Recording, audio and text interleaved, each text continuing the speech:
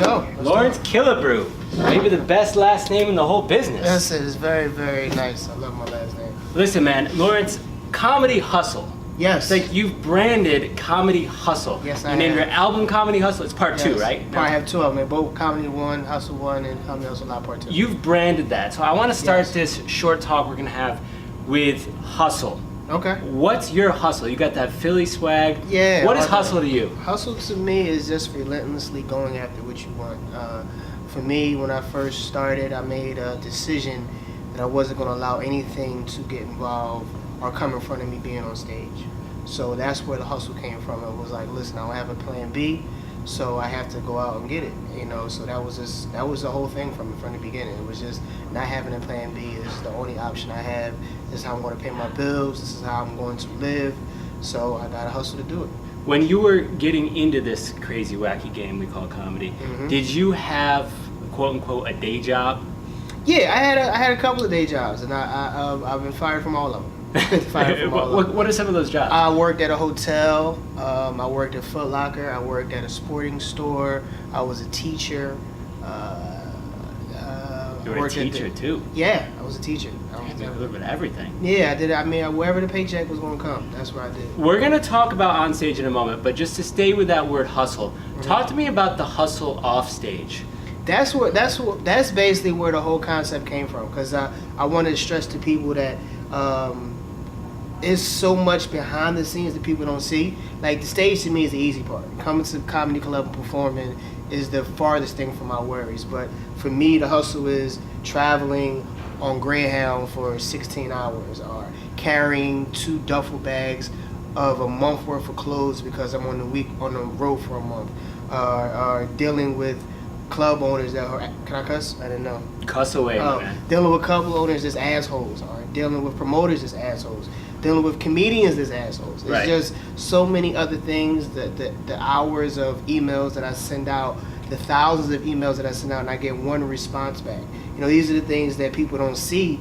That's the hustle behind it. You know, the comedy and writing jokes and getting on stage and performing, for me, is easy. That's nothing at all. Doing a show last night, waking up early this morning, doing television, sitting here for shit like this. You probably want to be, you know, taking a nap at your room right now. Whatever. Well, no, actually, I actually enjoy it. I actually enjoy the part of getting out and promoting the show that I'm at and just meeting new people. So that's not this is not okay. one of the things. It's okay. What about the social media hustle? It kind of seems, whether you like it or not, it's a necessary evil. Yeah. Do you? Yeah, I already see your eyes rolling a little bit. Do you like the social media stuff? Not really, but it's something that I have to do. But to be honest with you, because I guess it's just, I'm a person of my environment from when I started. Social media wasn't the thing. You got by how you performed on stage. Now a lot of criteria goes into how many followers you have, what's your following base, and how big is your social media presence. So for me, I don't like that I have to be on social media so much. I would like to focus my time on other things instead of that being the primary focus. But the times have changed. You have to change with the times. What comedians are assholes? Give me a name. Give me one. Oh, I can't. Nah. You said it. You can't do that. I understand. I don't care. I'll do it. All right. Let's see. Who's an asshole? Who disrespected Well, okay. you? I'll put it to you like this. They were an asshole before I got to meet them personally. What does that mean? Basically, it's from what I seen from the outside looking in. They were an asshole. Ari Spears. I can have a story about him. He has a rule that he doesn't like to. He doesn't want a urban or a black comedian to open up for him. He likes all white comedians to open up for him. And I actually got kicked off a show because the club had booked me, and then he said he didn't want it. So of course I'm thinking, he's an asshole. Right. But, you know, once I've talked to him, I understand why he wanted that. I still don't agree with his reason, but I understand what he's talking about. I'm glad that you admitted that, and let's just for a moment dive into that. Could part of the reason be, if an African American comes through, obviously you're going to have more of a black audience, correct? I watch a lot of your sets and stuff on YouTube and everything. A lot of times you do have an African American audience. Yeah. Is that a different crowd in the sense some jokes are going to work with a black crowd versus a white crowd? Is there any truth to that? Somewhat it is, but I would like to say it's more so how you tell the joke. I feel with an urban crowd, you have to be fast. You can't You know, I can tell the same exact joke in front of I would say a white crowd, and in front of an urban crowd, where I would say it a lot faster in front of an urban crowd because they want to hear it. They want to get to the laugh fast. Okay. Where I can say the same joke in front of a white crowd where I can take my time. All right. They're more likely to listen and, you know, give you a chance. Okay. To where urban crowd, they want. You better come with a heat. Otherwise. Exactly. Okay. Real fast. So I wouldn't say you have to use different jokes because I pride myself on telling the same jokes in front of everybody, no matter where I'm at. It's just I'll say it differently. You know, I'm not as animated if I'm in front of a mainstream crowd. It's more I can take my time.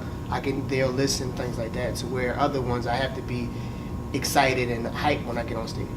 Kevin Hart, Bill Burr, Cat Williams. These are three of the biggest names, I'll say it, in the history of comedy. You're right. In the Right.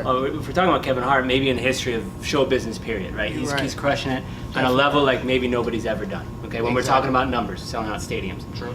You have toured and opened for these type of people. Mm-hmm. What kind of traits, when you see them behind the scenes, okay, and I don't know your personal interactions with these guys, what kind of traits do they have on the highest levels that maybe some touring comics don't have? Well, I have different stories for all three of them. Kevin, definitely his work ethic. It is unquestionably something I've never seen in my life. Like, being on the road with this guy, and it's not even about, it's just how upbeat he is. And it's hard for someone to be upbeat 24/7. And if anybody is, he's that guy. I mean, when he walked into a room, before he's on stage, when he's talking to people, I have never seen him in a grumpy mood. I was gonna ask that because, you know, we see that as outsiders, as fans, watching his movies, watching him on interviews, his social media. He's pumping weights, the whole thing. He's so positive. But you're saying when the red light isn't on, yeah, exactly. It's the same way. And I'll be thinking sometimes that it's fake, you know. But I haven't caught him yet. You know, I haven't caught him in a grumpy mood, in a non-positive mood. You know, take out of the funny, take out of him being the superstar. It's just the type of person he is. It's just infectious to be that upbeat and that friendly and that genuine all the time. That's nice to hear. Switching gears to Bill Burr, a little more cynical. Yeah. Goes a little dark. Looks at kind of the negatives of life sometimes. Definitely. What are your takes? For him, what I picked up from him is his writing and he's observant about everything. It's like I've been on a road with him where we would go to Burger King, and then he saw the way he sees life and he sees things, and then he went on stage and did about 15 minutes about us going to Burger King, and I'm like, what did you see that I didn't see?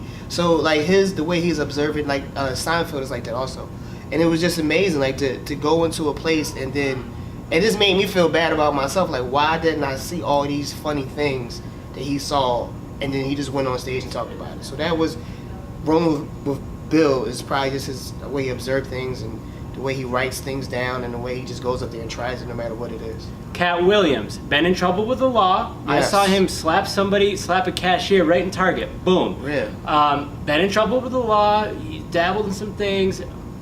From my perspective, wild man, unhinged, crazy. Is that true? All of it's true. He out of all the people I've been on tour with, he is the one that I'm not excited to go back on tour with. Seriously? Yeah, I mean it's good. Like everybody, the money was good, the experiences was good, but he's just a wild. You just don't know what's going to happen, and I don't want to be in that position. Like I remember one time we did a college, and he didn't like the fact that the college had. Well, he didn't tell the college that he was bringing his own comedians. So the college naturally booked comedians, and then they just thought the cat was miscommunication. Coming. Exactly. Right. So he gets there with an attitude. And instead of, you know, just taking it with whatever, he takes the money from the show and throws it in the air and calls like a stampede. Like the money that he was getting paid, he took it and threw it in the air because he was like literally threw it. Threw it in the air. See, to me, that's gangster. Like so that's rock it was. style. I mean, it was cool. I picked it up, but it was. I definitely picked it up. But it was just it caused the chaos, and for him to not think it would not, it was kind of weird to me. But you know, I wouldn't. I would if he asked, yeah, but it's not nothing I'm looking forward to doing. You've gone from an open micer in Philly to now a national headliner. We're here at the House of Comedy on High Street in Phoenix. Yes. What was your tipping point? In other words, When was the moment that you said, okay, I'm no longer an open micer sitting here waiting for my 5 minutes. Now I'm going to go on the road. I'm the headliner. Cool. I'm the one in the marquee. What was that shift? Was there a shift, or are you just the same guy? I mean, some people say it's a shift, but for me, I've always been a person of someone else has to validate it before I can. And what I mean by that is, like, I always used to ask, like, for example, when I first started, I used to ask people, like, when do I start getting paid? And then they would say, when someone calls you to pay. And it's not about you requesting, saying, hey, I want to get paid. When someone calls your phone and say, hey, man, I got a show for you, it's $100. That's when you can, after that moment, is when you can start charging. Do you remember that first moment? Yeah, when you I definitely remember. Getting paid for your time? I do remember. It was a guy named Sugar Bear. The first time, rest in peace, he did pass away. He was one of the first comedians that ever took me on the road. He took me to Boston from Philadelphia for $50, and he made me drive. I'll never forget it. Yeah, he was like, hey, man, I want you to come over for me. I'm going to Boston. Who paid for the gas? I did. I paid for everything. So basically, I went for free. But I was young. I didn't care. But that was the first time I ever went on the road. His name was Sugar Bear. He was from New York, moved to Philadelphia. I don't know how long that ride was. It was forever. I drove in my car. And now that I think about it, he kind of got over it. He did. But that was the first time ever getting paid. And then after that, I pretty much felt like, okay, it's time for me to start charging. And then same thing when it comes to featuring. And once I reach out to a club and they accept it, then okay. And then like that. It's more so to me, it's not, I don't want to put myself, like, I can think I'm a headliner, but I might not be to a club. That's interesting. So, how do you do that? How do you not get too big of a head in the sense of, man, I've been on the same stage as Kevin Hart. Yeah, I'm too good for this place, or I'm commanding X amount of dollars, or a certain kind of room, or whatever that is. I mean, does that come into the equation when you're thinking about your tour? It does for certain comedians, but for me, I've always, like, I got into comedy thinking about business first. Like, I always approached getting a booking like it was a job. I would send an email, I would send a tape, I would send a resume, I would follow up, things like that. So I understand that this is a business. So for one, you don't know me. Okay, of course, I can do 45 minutes on stage, but you don't know who I am. So for you to put me in that position up front, I'm not going to get upset. I'm not going to get a big head. I'm not going to let it get down because I'm not in that position. I'd rather earn it. I'd rather come in as a feature and blow your headliner away, which I've done numerous times, and then you have no choice but to put me in that position. Yeah. So for me, I look at it like I'd rather you look dumb after you didn't put me in that position than me look dumb by getting in that position and not being ready. There is something to that, isn't there? When you go on stage and maybe 90% of the audience, when you're first starting out, they don't know who you are. So you have to win them over, as opposed to, last year we were in LA with the Comedy Store and we saw Rogan and Theo. The audience is already laughing. They haven't even said a word yet. They just want to see Rogan. They just want to see Theo Von. I get on Kevin all the time about that. I said it's easy to go out there and make, like, he always tells us to try new material and easy for him. I said, yeah, for us, for you it's easy. You can go out there and scratch your toes and the crowd will go crazy. For us, it's totally different. So I do understand that. That is a big thing when it comes to performing like that. So I do get that. We're going to wrap up with this. Lawrence Killebrew, have you made it? In the sense, in your own mind, are you a success right now, 2019, in this moment? Have you made it in comedy? Not at all. What is to come? To me, success is when I'm able to employ my friends and family, and my family doesn't have to work anymore. Once I've accomplished that, once I can have my friend as my road manager, another friend as my photographer, or someone I know, and I'm able to pay everybody and provide them with a successful life and a career and whatever they is, and that can add to me. When my family doesn't work, when my father doesn't have to work, then that's when I'll be successful. Right now, I'm not successful at all. I love that so much. Lawrence Killebrew, it's Lawrence C3H on Instagram. Lawrence I don't know what the hell the C3H. C3H thing is, but Lawrence C3H. Give him a follow. Tell me. When I was in high school, I played basketball in high school and college. My nickname was Chicken Hawk. It's from the Looney Tunes cartoon. They used to say, because he was short and always had like a big head and an attitude. So my number in high school and college was 3. Okay. So I just separated, put the C and the H, and then the 3 right there. Lawrence C3H on Instagram, lawrencekillebrew.com. Got the website going, the whole thing. Man, I appreciate a couple minutes with you. Hey, thank you, man. Great interview. Good luck to you, buddy. Can we get a picture? Peace, everyone. Let's do a picture. Yeah, man. I didn't know.